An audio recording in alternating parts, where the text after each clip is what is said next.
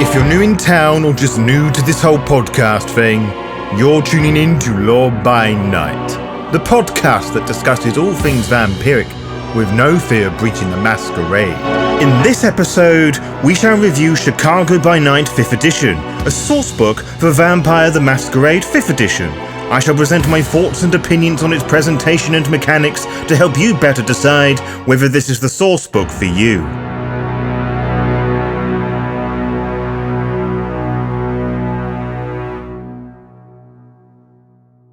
Back in the days when Onyx Path Publishing dealt with the vast majority of Vampire the Masquerade books in the 21st century, they would start the development of their books through the means of a site called Kickstarter, a global crowdfunding platform focused on creativity. In short, fans of the material would invest in products they wanted, rather than being hand-fisted tone-deaf ones.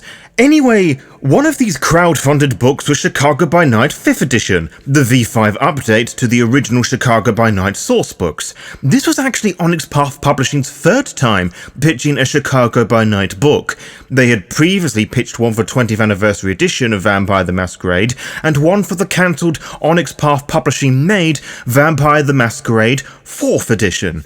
As a V5 source book, it reached its goal of $40,000 within 24 hours. By the end of the campaign, on the 29th of November 2018, it had raised over 119,000 US smackers. The book was released by Onyx Path Publishing as a full-colour hardback book on the 19th of February 2019, just before the dark times. By mid-December 2020, the 3rd/5th edition was the highest-selling horror role-playing game book of the year on DriveThruRPG. And in case you were curious, Onyx Path Publishing occupied 4 of the top 10 spaces that year. So you have gathered that this book was pretty popular upon its release, but why was that? Was it short-lived hype, or does it live up to the honourable reputation of its legacy 1st and 2nd edition parents? But before we do that, here are the rules for the Lore by Night book reviews. I will explore snippets of the lore, mechanics and rules found within the tome. I will look as to how they are presented, and easily they are conveyed to new and old players alike. As this is a review written and presented by me, all thoughts and opinions are my own, so if you disagree with something I have said, that is totally fine. It does not mean that you are right and I am wrong, and vice versa. It is also worth noting that this review was written before I read Chicago by Night 1st and 2nd edition. As with my previous book reviews, I will start at the very beginning, which is the physical book itself, which currently sits nicely upon my lap. It is a letter-sized hardback book made out of that slightly squishy cardboard material, meaning it will mark easily. That said, mine is currently free from said creases, despite the countless times I have read through this book, and even if it did mark in this manner, that would not bother me too much, but I know that sort of thing will annoy some people. My solution is to purchase the PDF copy. The front cover of the book shows a different side to Onyx Path, in that we have a heavily edited stock photo of a cityscape by Thomas Arthett, the future art director for V5 Supplements, whose incompetence would allow many a copy traced in culturally appropriated pieces to burst through in Well the Apocalypse 5th Edition. However, I shan't give too much shade through this cover here, as this is stunning, like really stunning. The cityscape is very tastefully edited with varying shades of blues and purples, with some neon red streaks in there for good measure. This carries over to the back cover with a very modernised Kevin Jackson on the far left, adorned with a plum hue. The whole thing feels very Vampire the Masquerade, modern, sleek and dangerous with a pinch of sex appeal. The kindred experience wrapped up in a contemporary bow. I forgot there was a time when bisexual lighting could be used in vampire products tastefully. As we're talking about the artwork, let us explore the rest of the book. It's clear that this is Onyx Path's first foray into the 5th edition style, as the more lifelike art pieces do not quite blend with the rest of the established World of Darkness style at this point, which is by no means a bad thing.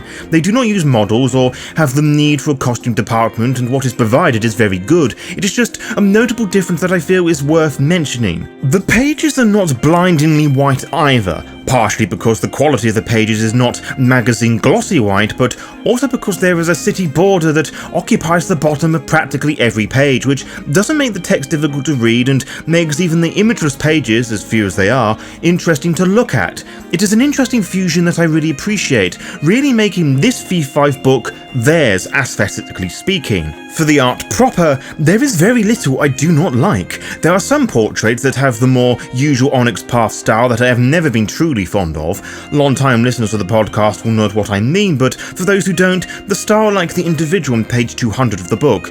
It is not bad, it is just a style that does not appeal to me. Mark Kelly returns, presenting interesting photos at the beginning of some of the chapters, but not as prominent as he would be in later books of V5. These full-page pieces are mostly dominated by the unique, vivid, graphic novel-style pieces by Michael Gaydos and Samuel Aria, whose pieces down on page 230 are a personal favourite of mine. I find it incredibly moving. Samuel also provided some of the character portraits for the many NPCs, which we will explore in more detail. But here it is somewhere we find the work of Amy Wilkins, who, to my immediate knowledge, made her vampire debut with this book. Even before owning this book, I was blown away by the work that folks are sharing online. I'm particularly fond of the Nosferatu pieces because of course I am, but also the Toreadors, which, to put it bluntly, are all too fucking hot for a weak-willed bisexual like me. Hot damn! Really made me weaker than knees at a couple of points. The work Wilkins provides of V5 material is just as impactful for VTM today as Tim Bradstreet's was in the beginning. Whereas Bradstreet's work was the foundations of the goth punk vibe World of Darkness was aiming for, the art in this book modernizes the goth setting in a frighteningly seductive way. So the book is one stunning piece of ass from head to toe, but what about the actual written content? Well, the book does away with older traditions, not starting with a short story. You actually get two, following the standard White Wolf World of Darkness introductory chapter that details what the book aims to cover and what you will find inside. This chapter greets you fast, but it is not hard and blunt. It is ominous and foreboding, that there are many kindred with goals and secrets, riddling with plot points aplenty for anyone to pick up and run with. It is a city filled with dangerous opportunities as it evolves rapidly with the times, especially as the Lasombra, the body and mind of the Sabbat, begin to flood into the Camarilla. It is a short and captivating read that really does pull in the players as well as the storytellers. For me, its claim that the book is to be encouraged to use with any VTM chronicle, not ones just limited to Chicago-based ones, really caught my attention. It was a bold claim, as the implication was that there would be tools to help develop one's own domains, or that the characters not as bound to the city as they appeared to be. Once you have read the two detached fictions that paints very different yet similar images of Chicago by Night and the 5th edition World of Darkness, we reach Chapter 1, The World of Chicago. Immediately, players and STs may be put off by the implied amount of reading and understanding of the city throughout the ages, both in the real world and in the vampire world. Whilst anyone can and probably should do that in their own time, if they are making an older kindred or casting the PCs at a specific point in time, this chapter in this book is not that.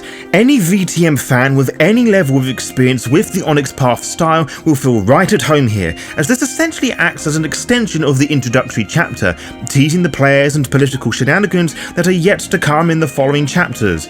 It does this by presenting various written extracts and conversations between kindred of various clans and faiths. Some serve as recordings, whilst many take the form of letters, which doesn't do the layout and presentation of the book any favours. It can be a little jarring having various text and paper types across two different pages. The writing is good and varied, demonstrating or rather emphasising that whilst many of the kindred in this book exist under the Camarilla, they do not all share the same ideologies. Amongst all these extracts are tools STs can use as props in their games, which are descriptions of key places in the city as well, which is one of the many things this book does make this city of Chicago its own character, rather than just a sandbox. It lives and breathes, moving with and against the other non-breathing cast members. The second chapter, Welcome to the Night is our first look into the Lasombra of 5th edition, all told in characters to another Lasombra that appears later in the book's chronicle, The Sacrifice. There is a lot to unpack here with this short chapter,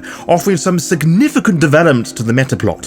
For those of you who are new to the game and World of Darkness, the Lasombra, alongside the Tzimisce, were one of the leading forces of the Sabbat. They still are, which the book and chapter highlights. The Amici Noctis, or the Friends of the Night as some call them, the head/spokespeople of the Lasombra, effectively decided the Sabbat is not for them anymore, offering any of the clan Lasombra, whose loyalty surpassed the failing endangered Sabbat and aligned with the Lasombra, to move to the camp with them. What would follow is a large migration with at least half remaining in the Sabbat. This is huge in both scale and statement. The Sabbat is beneath them, that is not worthy of their rule, which speaks volumes of their principles. Though, knowing what would have become of the Sabbat, I would be bloody ashamed of what it became. A fucking laughingstock, honestly. Through various in-character writings, there is brief and engaging information on the Lasombra before the Camarilla, their functions within the Sabbat, views on elders, rule over various faiths, and so forth. All of which is information older players would probably be familiar with, which is good news. What all of this explains and presents is the Lasombra are undead creatures of dominance, not control like the Ventrue, but dominance. There is a difference. The Ventrue tell you the decisions you should make. The Lasombra influence the thought process in such a way that they think that the decisions you take are best for them. They will beat your will back mercilessly with less of the pompous vagueness of the Ventrue. The Ventrue want servants to do their bidding. The Lasombra want empty shells to break even more. What is left is various bits of subtext that is flavoured fluff that is myth and legend for the players and ST to bend to their whim, much like the Lasombra in general. The book presents a variety of conditions of the Lasombra existing in domains like the one that everyone knows about. A sacrifice must be made for every Lasombra willing to join the Camarilla, which is semi-canonical for the domains of Chicago. Not all domains are this ruthless, some are even more so. The Amici Noctis have their own box in the book that unpacks a bit more about them, ending that they may be a puppet of the Lasombra Antediluvian, or Oblivion, the V5 replacement for both Necromancy and Obtenebration. A different box on the Lasombra migration itself emphasises the general vagueness of the chapter, saying that the Lasombra's departure from the Sabbat and potentially to join the Camarilla is all down to player choice. They could join the Anarchs or not even leave the Sabbat at all. Whilst this is all obvious to some, it speaks volumes about the author's views on player agency and creativity. Next we have The City, Chapter 3, which is an odd placement, given the preceding chapter. Again, this is not a history lesson on Chicago, at least not entirely. Yes, it has small snippets on the mortal world of Chicago, all of which are interesting and vital for a modern setting, mostly in the form of truths and lies of the Chicago section, much like you would find about the existence of vampire in the beginning chapters of early editions of VTM core books. However, this isn't the main aim of the chapter, neither it is just to present it as a kindred's playground. It presents Chicago more as a case study on how one might go ahead with assembling a domain for their players, which is not only a very surprising route to take, but a very comforting one. Again, player agency and creativity is at the forefront here, not laying down the facts as unbreakable rules. This is further emphasised with the homestead mechanics, where you place special stats that dictate modifiers for specific roles, which the storyteller would decide, like feeding or discipline usage, just to name two examples from the top of my head. If you doubted the authors treated the city of Chicago as a living entity, you now have a character creation process for it. While Chicago-specific examples are presented constantly, it reminds the reader that this is not exclusive to Chicago-based settings, that you could and should apply this to your own domains. Another wonderful ST mechanic that is provided is one simultaneously original and inspired. Labelled The Spirit of the City, several tables found in the appendix that are explained in this chapter provide random encounters and enhance and influence the direction of your city. I was and still am really loving the detail that was put into this chapter, which again encourages players to make the world their own. Still on chapter 3, now we move on to Chicago specific themes. Following Prince Jackson's Laws of Elysium, places and landmarks both kind and kindred related are now explored in great detail, which does make it one of the drier and less visually stimulating sections of the book, with the only pictures being the occasional maps that show the clans that occupies the particular spaces, which isn't as striking as the double page map spread across pages 56 and 57. However, what does make these places really interesting is that each one has its own modifier for kindred characters. For example, the Succubus Club, the infamous club for kindred and some for kind, reopened following a lupine attack. Kindred gain 2+ dice for interacting with mortals, as the space is designed to create an aura of warmth and passion within the human occupants. Chicago's Chinatown is owned by the Tremere, who are not really represented in Chicago's Camarilla Court anymore.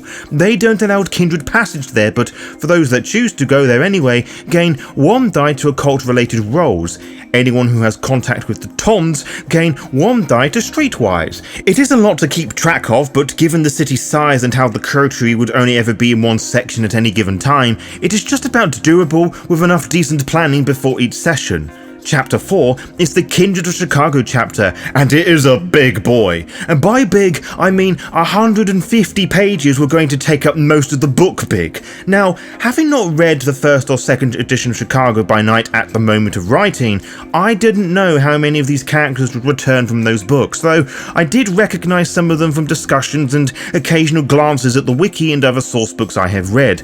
Kevin Jackson, Chicago's Prince, is one character that I did recognise that had some major changes. From the little I read, he seemed very stereotypically racist, as he was a black man with ties to criminal gangs. Here, Kevin became more of a white-collar criminal that has a lot of depth. Chicago is one of the many of the interesting to read about, and it is very clear that lots of different sources and worldviews were explored to generate such a diverse cast of characters. One of the Lasombra characters, Mikalar Basaras, whose name I've probably butchered somewhere somehow, is a rabbi, the clan that had often been portrayed as a link to faith in previous Vampire the Masquerade books, but an almost always Catholicism, so to see a more spiritually diverse take is interesting, especially when much of the older text had the Lasombra as very anti-all religions that weren't Catholicism, based purely on the grip they had on the world. Many of the characters are trans and or non-binary, and many are varying levels of queer, some more accepting of this as a part of them being than others, for a whole slew of reasons, depending on their upbringing and the times they were embraced in, unable to probably get into touch with themselves to explore that. Self-discovery is a bit hard when each night may be your last. While some of this writing is hit or miss, none of it, from what I could find and notice in my physical copy of the book, isn't glaringly offensive, and of course, as I'm only one person and don't speak for the entirety queer spectrum, unless I've missed something, then I deeply apologise. A character by the name of Nisera Blackwater is technically cative, but does not identify as such. She claims to be something very different and the oldest vampire in Chicago, which I will address later in this review. Because of these unknown lineages and the very interesting story of her embrace, a box is provided in the section that presents a variety of different possibilities about her lineage.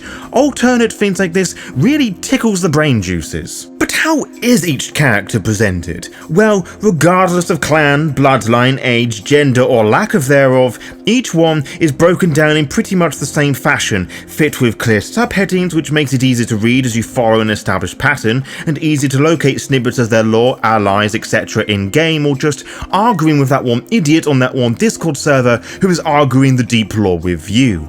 Each character begins with the Mortal Day section, which, depending on the person in question, can last a couple of paragraphs or a page and a bit, fueling the narrative that people embrace people, that these kindred didn't just into the universe as complex vampires. It is the morality and how they deal with their vampirism and the degrading fragments that is the memory of their humanity that makes these kindred complex characters. Following this is their existence as kindreds in the Kindred Knight section. The next section, Plots and Schemes, presents about 3 goals and motivations for them, or ambitions and desires if we translate that to PC character term sheet territory. They are all varied and unique, as are their kindred motivations.